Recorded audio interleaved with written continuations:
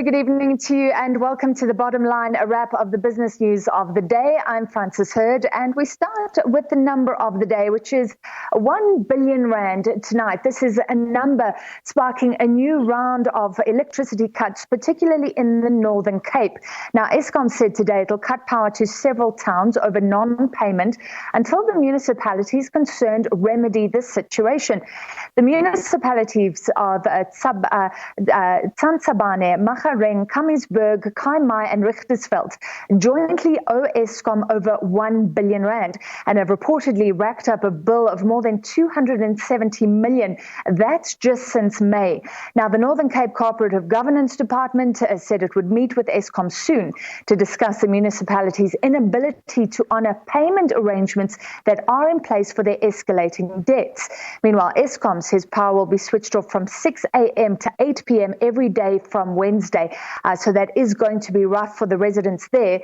It's also continuing with what it calls load reduction in parts of Gauteng, where there are high levels of illegal connections to the grid, and that includes parts of Soweto and the Vaal. Now, former Water and Environmental Affairs Minister Nomvula Mokonyane has once again been implicated in the State Capture Commission. In his appearance before the inquiry, former Bosasa COO Angela Agrizi said she received a monthly payment from the now defunct company and scored multiple government contracts that company did. Private contractor Charles Leroux is the latest witness to corroborate Agrizi's testimony. Let's take a look.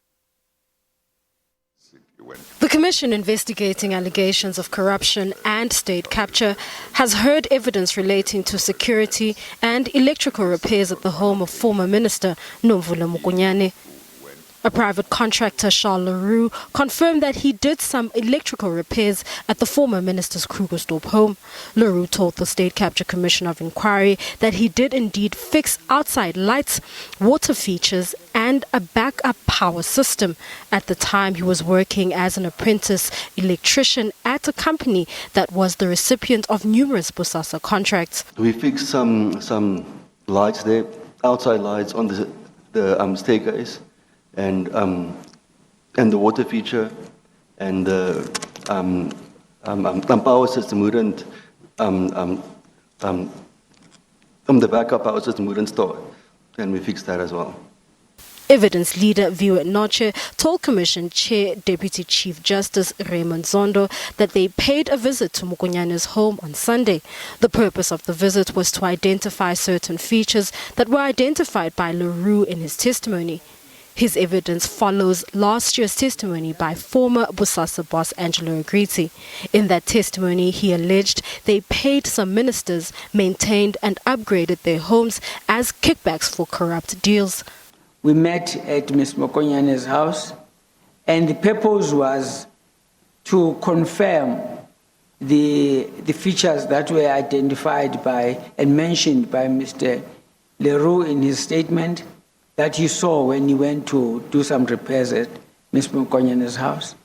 Or actually, rather than to confirm, to see whether they are there. To see whether they are there. Yeah, yes. Mokonyane has denied all allegations. Balentle Mthethwa, SABC News, Johannesburg.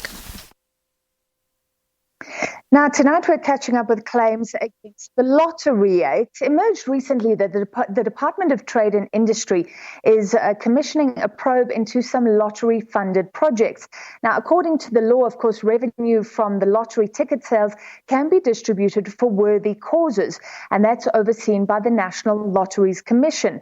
Socially conscious news site Ground Up has reported that the Commission has paid out millions of rands in grant last year to organizations already involved in questionable and unfinished lottery-funded projects.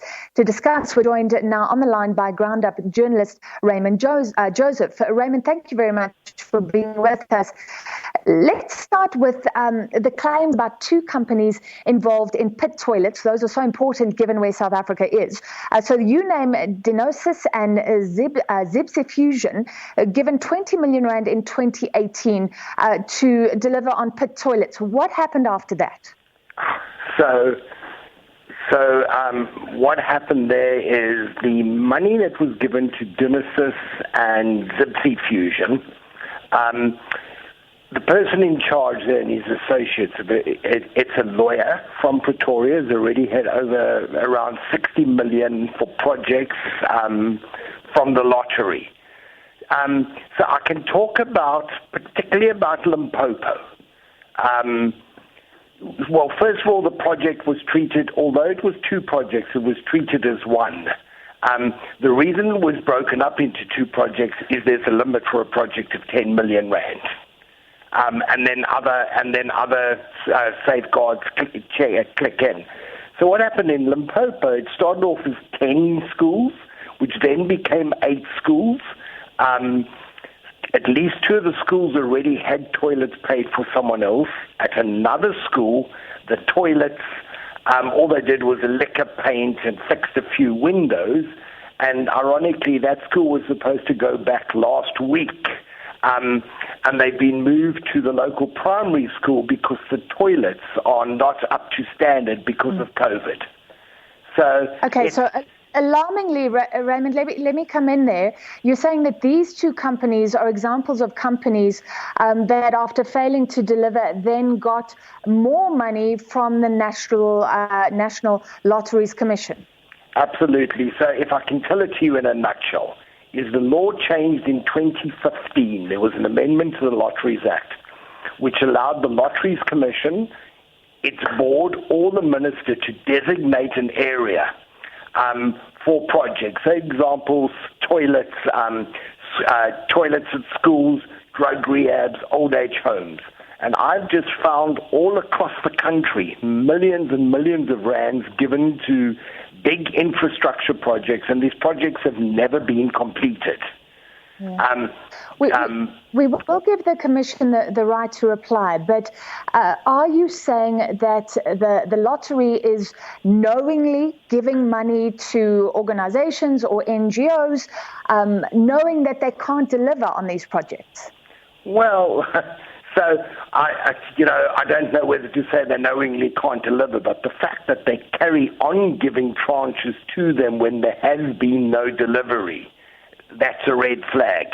But I think it's really important, if I may say, Francis, we are not contending that the lottery is crooked. The entire lottery is crooked. We are talking about specific large infrastructure projects, and we keep seeing it time and again, that there is no delivery, the money disappears. Small companies that have done 20, 30, 40,000 rand jobs on a multi-million rand project not being paid. There's something very wrong. Old age homes, out of 6 old age homes around the country that were funded to get an average of 25 million rand, and they received more money even though they weren't completed. I know of 5 out of the 6. The 6th one I can't really find, are still incompleted almost 3 years after the money was given to them. And it's really high. Carry on, sorry. So Minister Ibrahim Patel told Parliament that grants provided by the Commission, the Lotteries Commission, play a role in supporting the most vulnerable.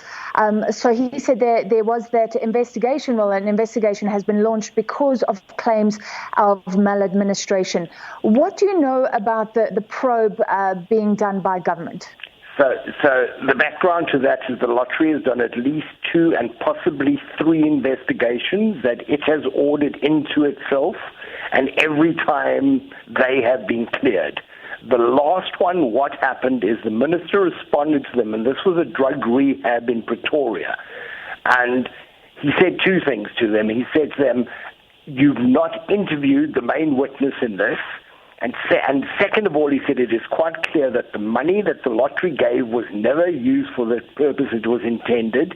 He asked the lottery to recover the money and to institute a criminal inquiry and to lay criminal charges. The lottery response was to order yet another inquiry into itself. And at that stage, the minister, I guess, had enough and ordered an independent inquiry. The independent inquiry is limited. Yeah, the Department of Trade and Industry, I did speak to them just for your information, Raymond, but they only want to talk after the investigation is complete. Now, regarding your report that you've done over time, apparently this could head to court. Do you believe the evidence is there and that will hold up in court?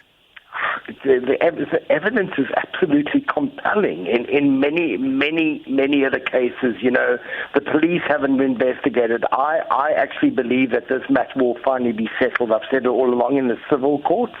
The police have failed us. The Hawks have failed us. Parliament has failed us. No one is. The ministry has failed us. Groundup and myself are being sued, and the rules are changed because in the High Court different rules apply, and a lot of this will come out in the courts. But I do want to say that the inquiry that is being done for Minister Patel, and it's due today, tomorrow, it's imminent. It has to be completed and handed in, is a limited inquiry. It's only into 4 projects. I understand why they've done it this way, because those 4 projects really are a slam dunk. There's so much evidence there. And I would hope that the minister, once it's reported back to him the extent of the looting that has been going on, will order a wider inquiry. All right. Hundreds and hundreds of millions of rands, if not billions, have gone missing. I think there should be a commission of inquiry, frankly. But please, I do want to say that not everyone who works at the lottery is crooked. There are hard-working, honest people there, and the lottery does do good work. But what is being going on with these projects is not acceptable. All right. Thank you very much. And we will give the National Lotteries Commission a right to reply tomorrow if they want to. And we will follow that investigation by the DTI as well as the court case. That was Raymond Joseph, a ground-up reporter. Now, in other business news, National Treasury says increasing government spending will not necessarily translate into economic growth. Senior officials of the department were responding to calls by trade unions, by civil society as well, for government to increase spending on things like infrastructure, roads, ports and dams, but saying it won't yield the results. Manalisi Dubase has more. These groups were making submissions before Parliament's finance committees on the supplementary budget tabled by the Minister of Finance 2 weeks ago. But Treasury says government's expenditure has in fact increased from 27% of GDP in 2009 to just over 32% currently. None of these increases has either led to any significant growth or increased investment. Calls for more government spending appear to us to be based on the incorrect assumption that South Africa suffers from short-run cyclical demand challenges rather than long-run structural weaknesses in the economy. Fourthly, higher government spending and borrowing, as I've said, has not led to higher growth in many years. And finally, we should not confuse people's desire to lend us money with our ability to pay it back. The Treasury warned that unsustainable expenditure could lead to higher debt and job losses. But COSATU and other civil society groups say more spending on infrastructure, tackling corruption and introducing a wealth tax can boost growth and create new jobs. We think the way to resolve it is to stimulate the economy so we can grow, so we can create jobs, and then we can increase revenues to the state. That's how we'll pay down. We're very worried that if we just simply cut without stimulating the economy, we may end up choking the economy. And so we're looking at examples, Chair, from the EU, the US, China, where they've gone for the stimulus route. We are not going to attract new investment while the investors are lacking in the confidence that the rule of law is intact in South Africa. Impunity that grew so exponentially during the Zuma years has not been brought to an end. Treasury insists on massive structural reforms and creating an enabling environment for growth. Those will include slashing the wage bill and restructuring Eskom to provide affordable and reliable electricity, among others. Manalisi Dubase, SABC News, Parliament. All right, let's look at the pressure on healthcare facilities now. Temba Hospital in Kabokweni, Mpumalanga, is operating with only a skeleton staff. Healthcare workers have downed tools demanding the release of their COVID-19 test results. 14 have already tested positive for COVID-19. Let's take a look. Frontline workers fearful. 14 of their colleagues tested positive for COVID-19 last week, and they were in contact with them. There's a very high anxiety among staff. So over the weekend, because results are coming in one by one, then the number is increasing. Though we don't have confirmed figures yet, but we are still trying to get management to address us. But because it's Monday, we are hoping that management will give us update. Then after members give us update, management give us update, then they will give us the correct figures. Then we'll done. But in general, staff members are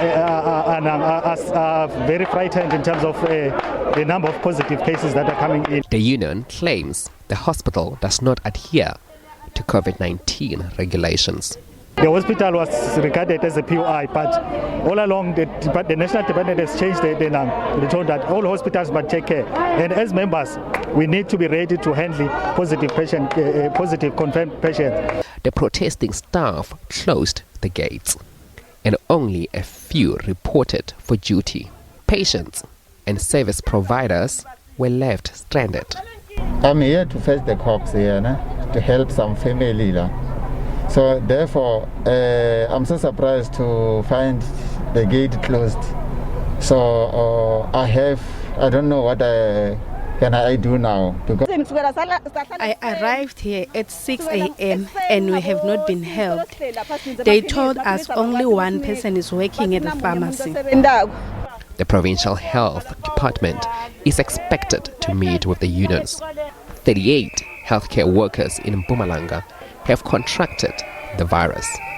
Dumela Machogo, SABC News, Kabokweni. All right, let's look at some of the numbers. I can tell you the rand was a little stronger today. It's harder to pinpoint the exact reasons, but that is being attributed to some optimism around China. Indicators there saying that there could be an economic rebound better than expected. However, there's still overall concern about global growth and about the number of COVID-19 infections, especially with deaths now exceeding 130,000 in the US today. The JSE itself closed slightly lower. Let's take a look at your main financial indicators.